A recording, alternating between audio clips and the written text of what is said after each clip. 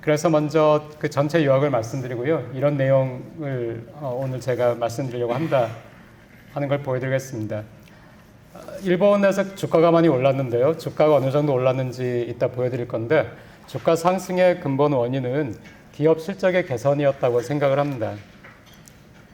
그리고 기업 실적의 개선이라는 것이 그냥 잠시 신기루 거품이 아니라는 것은 일본에서 고용률과 임금 상승률을 보면은 확인할 수 있다고 생각을 하고요.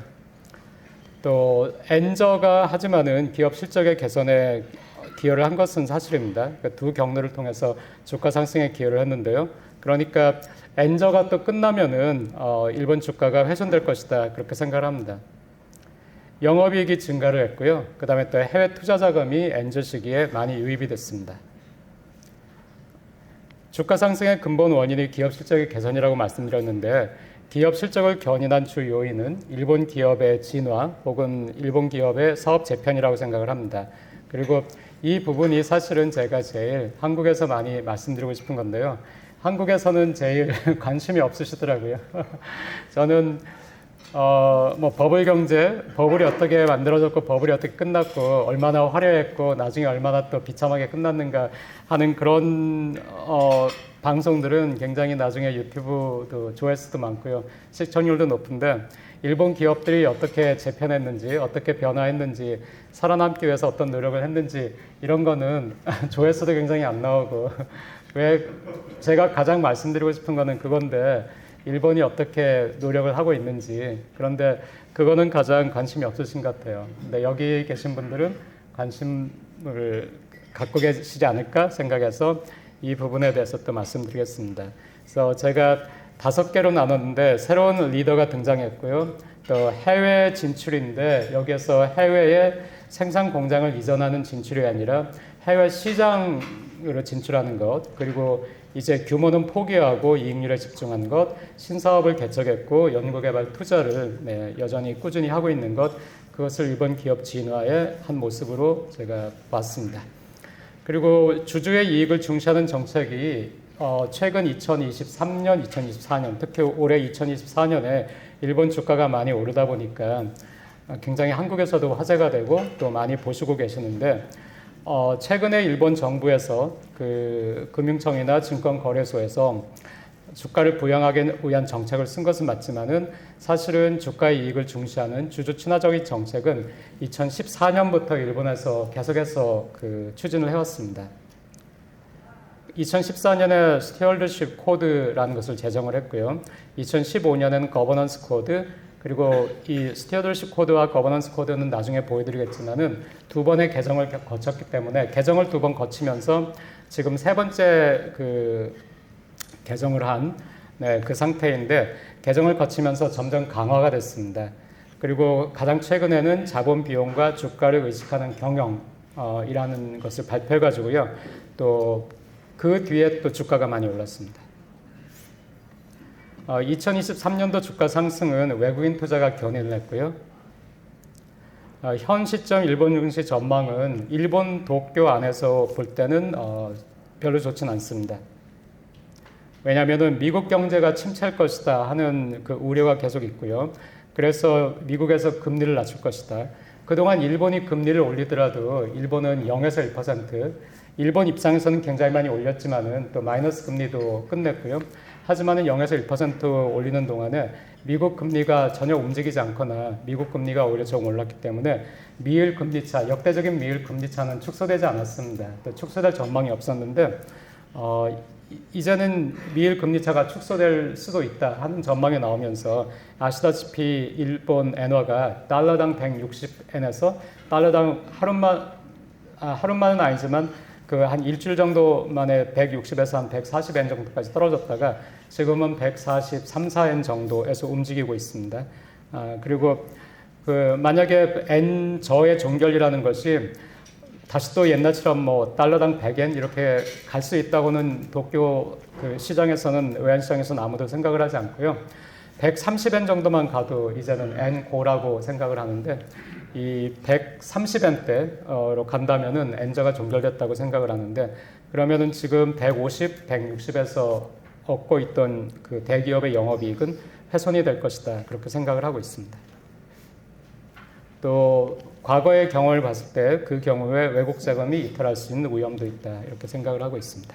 네, 그러면 이게 전부 다입니다. 사실 이게 전부 다인데 이거를 시간이 허락하는 한에서 하나씩 말씀을 드리겠습니다. 첫 번째, 주가 상승의 근본 원인은 기업 실적의 개선이라고 말씀드렸는데요.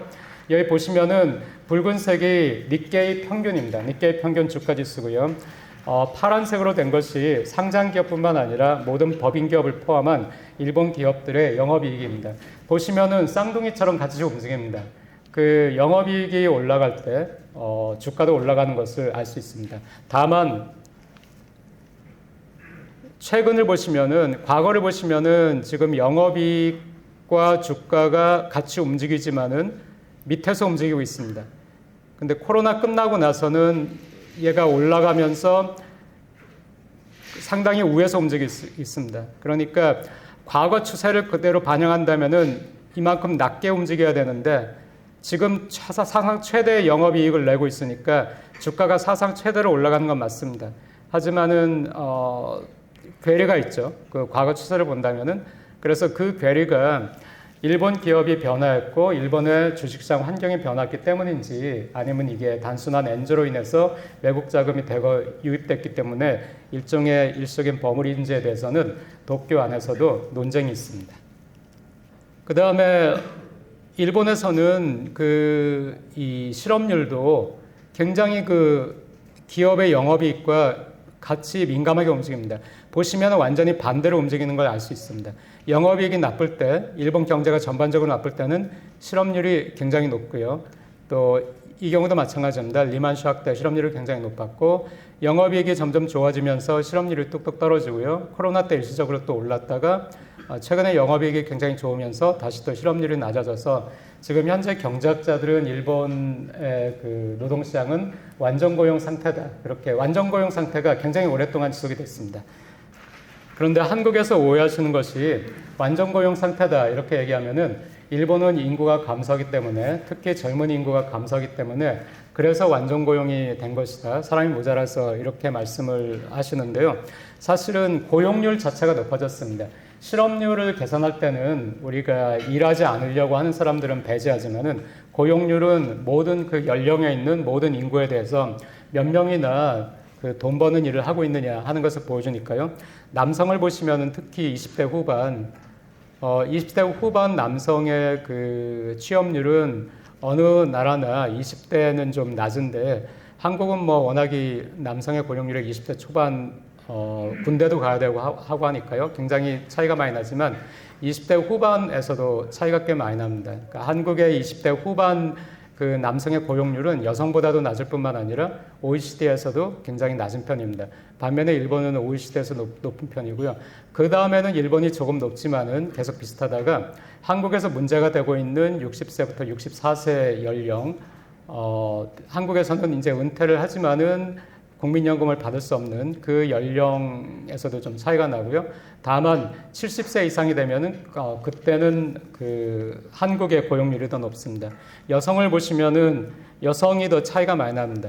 여성 같은 경우에는 오히려 20대 후반에서 별 차이가 없는데요. 하지만은 그 30대, 40대가 되면은 차이가 많이 납니다.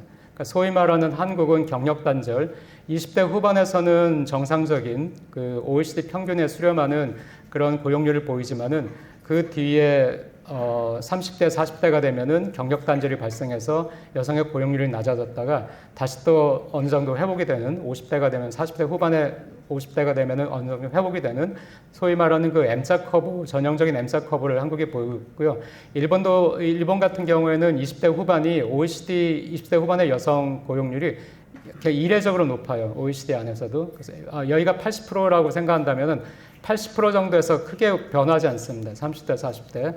10년간 일본에서 M자 커브를 없애야 된다 해서 캠페인을 많이 했는데 사실 지금 현재 일본의 여성의 고용률은 고용의 질은 아직 좋지 않습니다만은 고용률 자체는 서유럽이나 프랑스나 독일 아니면 북유럽에 거의 근접하고 있습니다.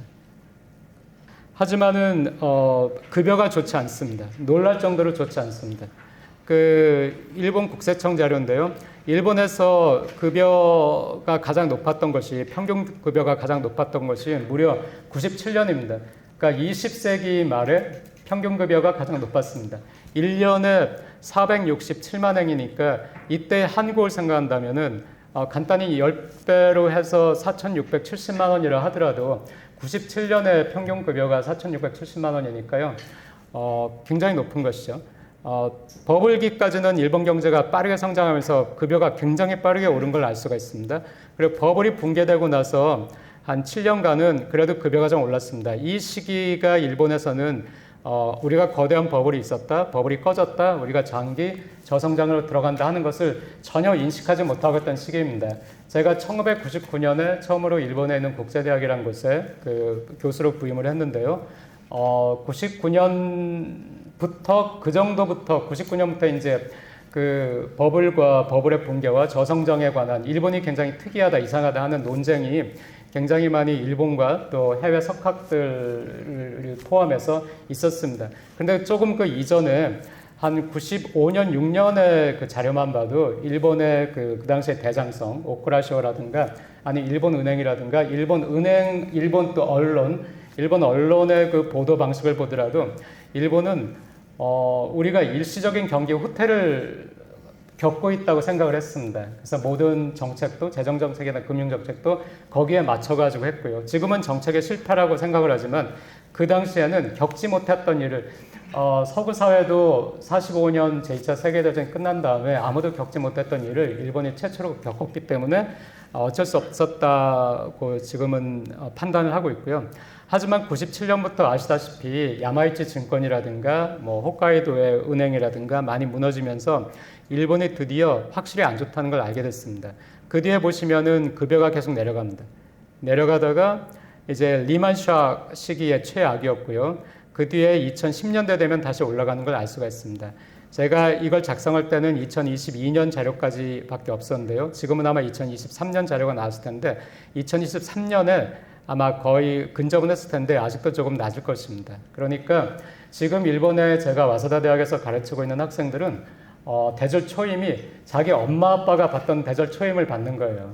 그러니까 우리 같으면 상상을 못하죠. 만약에 우리가 지금 삼성전자나 LG전자에서도 오셨던데 LG전자에서 주는 대졸 초임을 나중에 지금 신입사원의 아들, 딸들이 5, 6년 뒤에 똑같은 걸 받게 된다면은 우리 굉장히 끔찍하다고 느끼겠죠. 그리고 지금 대졸 초임이 만약에 한국에 20년 전에 초임과 같다고 한다면은 역시 우리가 그 시기를 잃어버렸다고 생각을 하겠죠. 그래서 잃어버린 20년이다, 30년이다, 일본에서 그렇게 얘기하는 것이 충분히 그럴 수 있다고 생각을 하고요. 특히 임금 상승률에 있어서는 보시다시피 임금이 계속 오르는 걸 알 수 있습니다. 오르는 걸 알 수 있고요. 그러니까 이 시기에는 앞에 말씀드렸듯이 고용이 완전 고용이라고 말씀드렸는데 고용도 완전 고용이면서 임금도 오르고 있으니까 일본 경제가 좋은 것이죠. 좋은 것인데 최근에 또 많이 올랐습니다. 여기 보면 빠르게 올랐고 2023년 데이터를 보면 거기도 아마 빠르게 올랐을 겁니다. 2024년에는 더 빠르게 올리자고 지금 굉장히 캠페인을 벌이고 있습니다. 그런데 2022년과 3년을 보신다면은 명목임금은 굉장히 많이 증가를 했지만은 실질임금은 오히려 떨어졌습니다. 임금 상승이 대기업 위주로 일어나고 있기 때문에 그거를 따라가지 못하는 일본도 대기업이 커버하는 노동인구는 25% 정도로 추정을 합니다. 그러니까 그 나머지 인구의 임금이 많이 오르지 않기 때문에 실질임금이 낮아지고 있어서 여기 보시면은 올해 1월 달에 경단련이 과거 우리나라 전경련과 같은 조직으로 일본에서는 가장 큰 그 기업체 조직인데요. 여기에서는 매년 1월이 되면은 일본은 4월에 회계연도가 시작되니까 3월이 되면은 노사교섭이 끝납니다. 우리가 춘트라고 알고 있는 노사교섭. 그래서 경단련에서는 매년 1월이 되면은 노사교섭 지침이라는 것을 발표를 합니다. 그런데 올해는 작년 이상의 의혹과 결의를 가지고 임금 인상에 임해달라 이렇게 경단련에서 얘기를 하고 있으니까 굉장히 열심히 소위 말하는 노사정이 임금을 올려야 된다 이렇게 노력을 하고 있습니다. 그만큼 임금이 낮고 이제 고용이 안정이 됐으니까 또 일본 경제의 내수의 발목을 잡고 있는 것이 저임금이다 해가지고 저임금의 폐해를 극복하자 해서 임금을 올리기 위해서 많이 노력을 하고 있습니다. 잠깐만 그 내용을 보여드리면은요. 여기서 그 일본어로 나올 때는 하타라키 카타노 카이카코라고 나오는데요. 아마 그 트랜스레이션 했을 때는 워킹 인바이런먼트 그 리폼이라든가 그런 식으로 나왔을 텐데 일의 강도를 줄이고 일하는 직장을 편하게 만들자 하는 그 캠페인을 2017년부터 일본에서 벌이고 있는데 당시 수상이 아베 씨였기 때문에 아베 씨가 굉장히 열심히 그 캠페인을 추진을 했고요. 지금 이 장면에서는 아지노모토에서 일하는 시간을 얼마 줄이기로 했다. 더 편한 직장을 만들기 위해서 아지노모토가 노력을 한다. 해가지고 아베 수상이 방문해서 감사합니다. 잘하고 있습니다. 하는 거를 홍보 차원에서 했고 일본 언론에서 보도를 한 장면입니다. 여기 이거는 아주 조금만 보여드리겠습니다. 이 장면은 物価高を背景に一層の賃上げを促していきます。経団連は今年の春闘に向けた方針を発表し、去年以上の意気込みと決意を持って賃金引き上げの積極的な検討と実施をするよう会員企業に求めました。また労働組合の全国組織連合が要求している 5% 以上の賃上げに対しては検討・議論に資すると一定の理解を示しました。 조금 아까 장면이 이제 그 충계 노사 교섭 지침 발표하는 장면이었고요. 넘어가겠습니다. N저가 확실히 도움은 됐습니다. 여기 보시면은 그 N의 가치인데 그 올라갈수록 N저죠. 그 N 고가 될 때 일본 경제가 안 좋고요. N저일 때 일본의 이 법인 기업의 영업이익이 늘고 있고요. 지금도 마찬가지입니다. N저가 많이 진행이 되고 있고 이기만 늘고 있습니다. 그래서 N이 특히 대기업을 중심으로 해서 만약에 제가 대기업의 영업이익만으로 한다면 아마 더 뚜렷하게 서로의 상관관계가 보일 텐데요.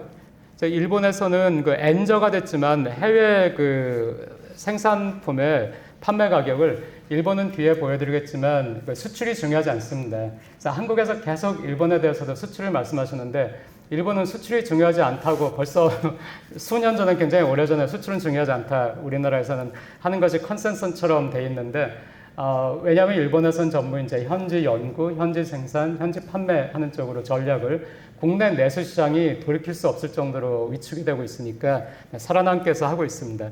하지만은 해외에서 만들어서 해외에서 판매를 하면은 해외는 N저의 영향을 받지 않습니다. 거기서 근데 발생한 영업이익을 일본으로 가져오면은 그 N저면은 굉장히 그게 장부상으로 많아지게 되죠. 그래서 그 해외에서 N저가 된다 하더라도 가격을 별로 낮추지 않습니다. 가격 변동을 최소화하고 해외에서 1달러를 벌었으면 1달러 그대로 번 다음에 그게 과거에는 120엔밖에 안 됐는데 이제는 150엔이 되는 것이니까요. 그것을 추구하고 있고요. 그다음에 미일 금리 차가 그 N저를 유도하는 가장 큰 요인, 단기적인 요인인 것도 사실이고요. 그 다음에는 이제 일본은행의 주식에 좀 더 초점을 맞춰가지고 일본은행이 보유하고 있는 ETF 잔고를 보겠습니다. 근데 일본에서 양적 완화의 출구 정책을 이제 시작을 하면서 보시다시피 ETF를 일본은행이 더 이상 매입하지 않습니다. 그렇기 때문에 ETF 잔고가 가만히 있습니다. 그러니까 최근에 2023년하고 4년에 일본의 주가 상승은 일본은행의 금융정책, 일본은행이 ETF를 사는 것과 무관합니다. 그 이전에는 일본에서 ETF를 계속 일본은행이 샀기 때문에 그 일본은행이 그 주가를 견인한다 혹은 주가를 서스테인한다 하는 연구 발표들이 많이 있었습니다. 최근에는 이때를 정점으로 해가지고요, 그 코로나 시기를 정점으로 해서 그 뒤에는 거의 변화가 없고 이제 ETF를 사지 않는다, ETF 매입은 제로로 한다는 정책을 새롭게 발표를 했습니다. 그리고 일본에서 투자주별 일본 주식의 매매 동향을 보시면은요, 그 개인 투자가는 그 셀이 더 많습니다. 셀이 더 많은데 그 2007년부터 보시면은 셀이 더 많지만은 최근에도 마찬가지입니다. 하지만은 외국인 투자가가 2023년에 굉장히 많이 산 것을 알 수가 있고요. 2024년도 아마 지금까지 데이터를 보면은 외국인 투자가가 더 많이 샀을 것입니다. 하지만 과거에 보시면은 2012년, 13년, 14년, 12년이 아베 총재가 총재로 당선되면서 이제 아베노믹스를 할게 확실히 양적 완화를 할게 확실히 됐을 때 갑자기 N저가 됐을 때 그때 2012년에 외국인이 유입되기 시작해가지고요. 13년에 피크였고 14년까지 갔는데 그 뒤에 외국인들은 수익을 실현하고 떠난 것을 알 수가 있습니다. 그래서 2023년, 2024년에도 이제 N고 미일 금리차가 축소되고 N고가 명확하게 보이기 시작하면은 그 외국인들이 수익을 실현하고 떠날 수도 있다라고 예측을 하고 있습니다. 어쨌든 최근에 일본 그 주식시장을 견인하고 있는 것 가장 중요한 주체는 외국인입니다. 또 한번 보시면은 투자 주체별 투자 부문별 주체별 주식 보유 비율에서도 외국인이 보시면은 꾸준히 올라가서 최근이 2023년까지가 역대 최고인데요. 거기에 비해서 이제 국내 기관은 최근에는 큰 변동이 없고 보유 비율에 있어서 약간 내려갔습니다. 그리고 개인 역시 큰 변화는 없지만 약간 내려갔습니다. 2024년이 되면은 최신 뉴스에서는 최근에 외국인의 보유 비율이 사상 최고다 이렇게 얘기를 하고 있기 때문에 2023년도 연도별 데이터라서 2023년도지만은 월별 데이터라면은 최근이 더 또 여기에서 약간 높아졌을 것입니다. 그렇기 때문에 제가 말씀드린 첫 번째는 일본 기업의 실적 개선이 있었기 때문에 주가가 상승할 수 있었다는 것이고, 하지만은 거기 플러스 외국인이 많이 유입이 됐다 하는 말씀드렸고요. 그렇다면 실적 개선이 어떻게 있을 수 있었는가 하는 것을 말씀드리겠습니다. 오늘은 여기가 포인트는 아니고요. 오늘은 이제 뒷부분에 주식과 관련된 주주 친화적인 정책이 포인트지만은 보통은 제 강의에서 여기가 포인트인데 여기는 빠르게 넘어가겠습니다. 새로운 리더들이 등장을 했고요. 굉장히 혁신적인 일본에서 스타라고 할 수 있는 그런 기업가들이 등장을 했습니다. 그래서 굉장히 빠르게 기업 사업구조 재편을 했고요. 이 히라이 가즈오도 2012년에 CEO가 된 다음에 한 2년 만에 그 TV 부문의 구조조정이라든가 뭐 컴퓨터 부문을 판다든가 굉장히 빠르게 했는데, 특히 가와무라는 2009년 3월에 됐을 때 100일 만에 사업구조 조정의 플랜을 100일 만에 발표하겠다 얘기를 하고, 자기가 되자마자 그 팀을 만들어가지고 100일 동안 청사진을 만들어서 100일 뒤에 정말 약속대로 사업 재편을 발표를 했습니다. 그리고 또 시장을 찾아가는 해외 진출이라고 해가지고요. 아즈노모토 같으면은 조미료 만든 회사죠. 그 조미료 만든 회사에서 지금 보시면은 일본에서 가지고 있는 그 유형고정 자산이 50%가 되지 않습니다. 일본에서 가지고 있는 유형고정 자산은 그 이전부터 계속 줄었는데 2010년부터만 보더라도 많이 준 것을 알 수가 있습니다. 그러니까 해외에 더 많이 가지고 있습니다. 해외에서 더 많이 생산 자체를 해서 더 많이 한다는 것이니까요. 일본이 말씀드렸듯이 수출이 중요하지 않습니다. 왜냐하면 수출을 하는 나라가 아니라 더 이상 국내에서 수출을 해서 하기에는 국내가 인력도 부족하고 여건이 안 좋으니까 해외 생산 판매를 하고 있고요. 아즈노모토 주식 같으면은 굉장히 많이 올랐죠. 버블기를 깬 거는 뭐 말할 것도 없고 지금 굉장히 많이 올랐는데 해외 그 페너트레이션을 굉장히 잘한 것도 있지만은 또 아즈노모토는 신사업 진출에도 성공해서 반도체 전련제 시장의 95%를 아즈노모토가 장악을 하고 있습니다. 그래서 지금 일본에서 기업별로 봤을 때 그 주식시장에서의 그 핫 키워드는 신사업입니다. 신사업. 그러니까 굉장히 실적이 좋고 한 기업인데도 불구하고 세븐앤아이라는 세븐일레븐 가지고 있는 지주회사, 그리고 또 일본의 일본제철도 이번에 US 스틸 인수한다고 해서 굉장히 화제가 됐는데 그거를 인수할 만큼 최근에 돈을 많이 벌었습니다. 그러니까 거기도 굉장히 그 구조조정이 있었고 굉장히 실적은 좋아졌는데, 하지만 이 두 회사는 주가가 별로 오르지 않았어요.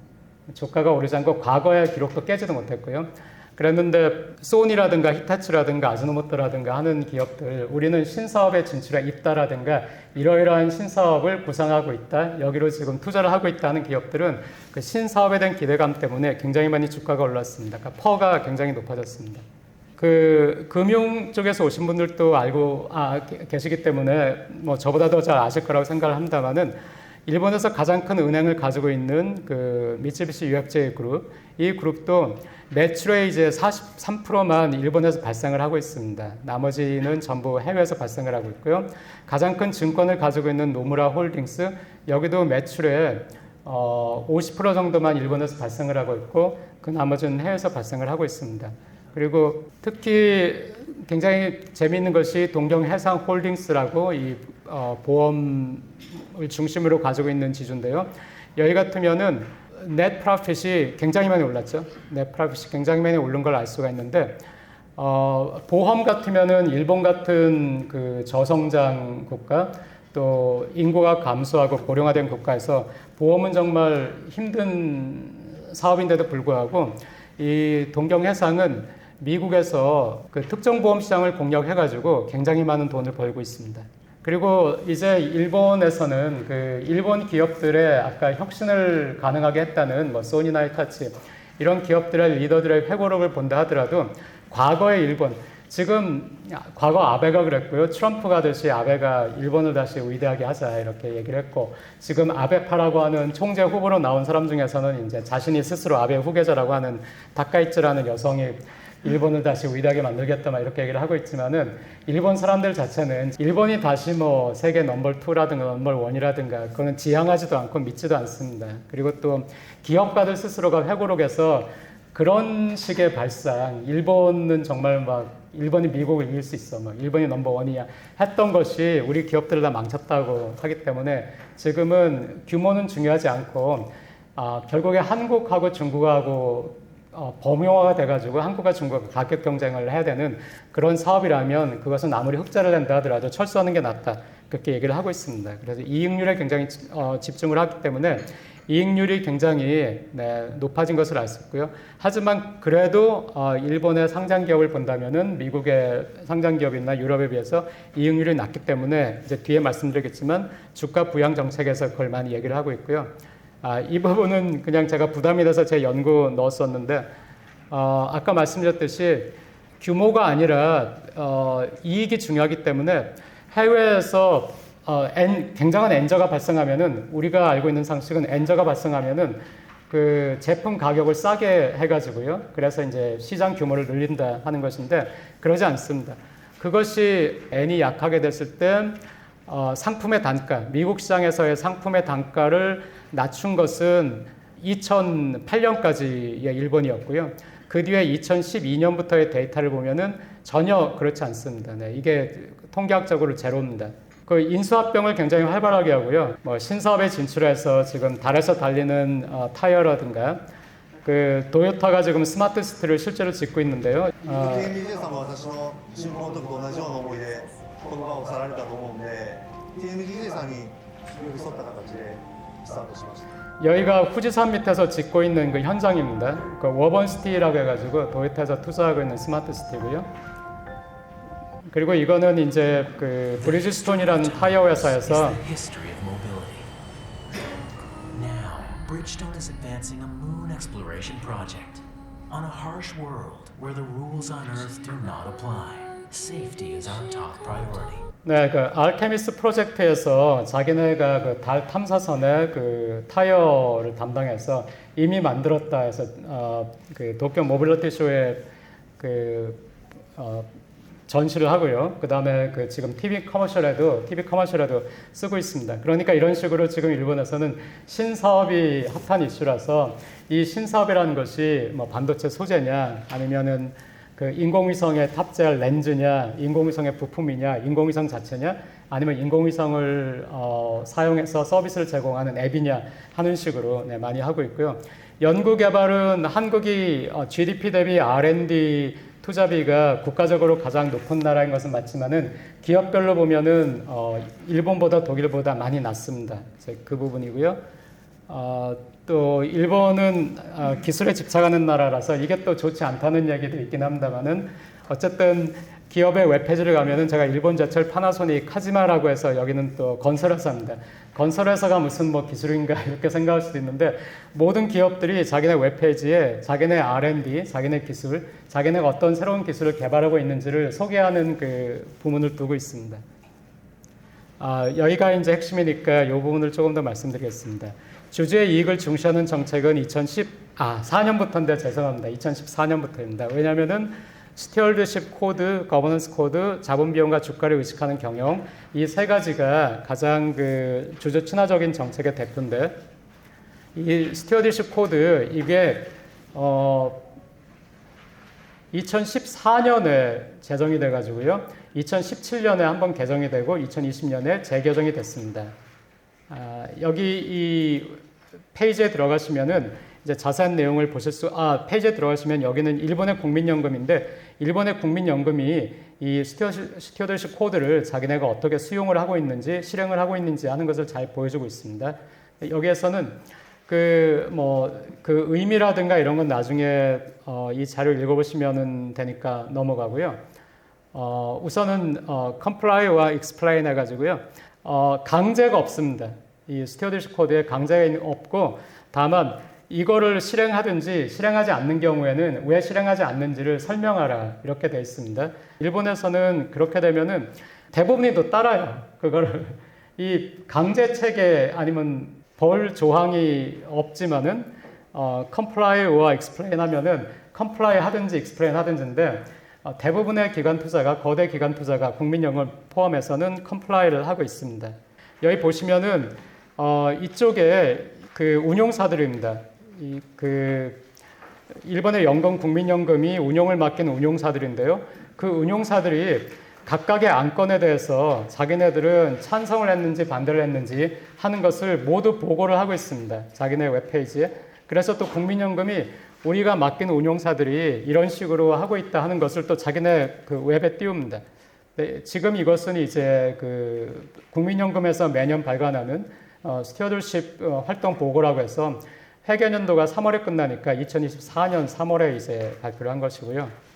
여기 보시면은 국민연금이 역시 발표를 하는 것입니다. 여기 같으면은 그 은퇴하는 이사에게 주는 보너스죠. 은퇴할 때 주는 보너스에서 지금 이 기금운용 수탁기관에서는 80.5%의 사항에 대해서 그 은퇴 시 주는 퇴직금에 대해서 그 반대를 했다는 것입니다. 그 외에 이사를 선임할 때 자기네들이 찬성했는지 반대했는지를 전부 모든 사안에 대해서 보고를 하게 돼 있고요. 올리게 돼 있고 그 다음에 그 모든 걸 모아가지고 몇 퍼센트가 찬성을 했고 몇 퍼센트가 반대를 했는가 하는 것을 국민연금이 발표를 하고 있습니다. 그 다음에는 기업의 거버넌스 코드인데요. 2014년에 여기 가기에서 결정이 됐다고 제가 썼고 그 뒤에 금융청과 도쿄 증권거래소가 기업 거버넌스 코드라는 것을 이제 발표를 했습니다. 그런데 2014년에 우선 내각에서 일본 가기에서 결정된 것이 아베노믹스의 세 개의 화살을 아실 텐데 첫 번째, 두 번째, 세 번째. 세 번째가 장기 성장 전략이죠.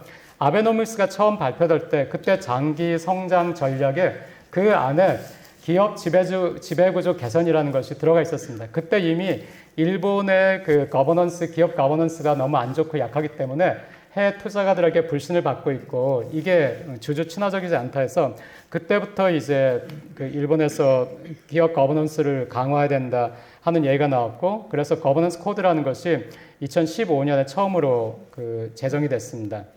여기도 역시 comply or explain인 정책이고요. 점점점 강화가 돼가지고 지금은 처음에는 사회이사의 강화라든가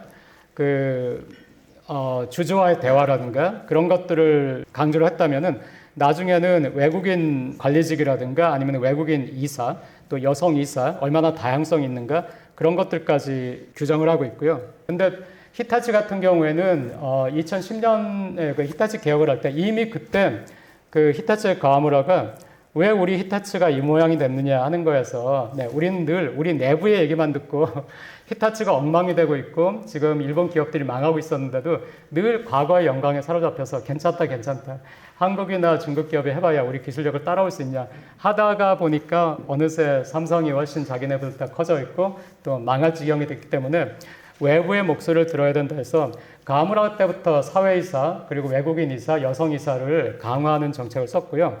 일본 정부가 또 드라이브를 걸었고 그래서 히타치 같은 경우에는 제가 작년 10월에 그 웹페이지에서 확인을 했을 때 12명의 이사 중에서 9명이 사회이사였고 사회이사 중에서 5명이 외국인이었습니다. 그러니까 한국에서는 정말 상상도 못할 정도로 지금 현재 일본의 대기업들은 사회이사가 많고요.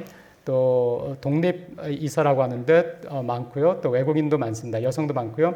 여성 임원이 없는 기업의 비율이 2014년에 80%에서 2023년 9년 뒤에는 10.9%로 하락을 했습니다.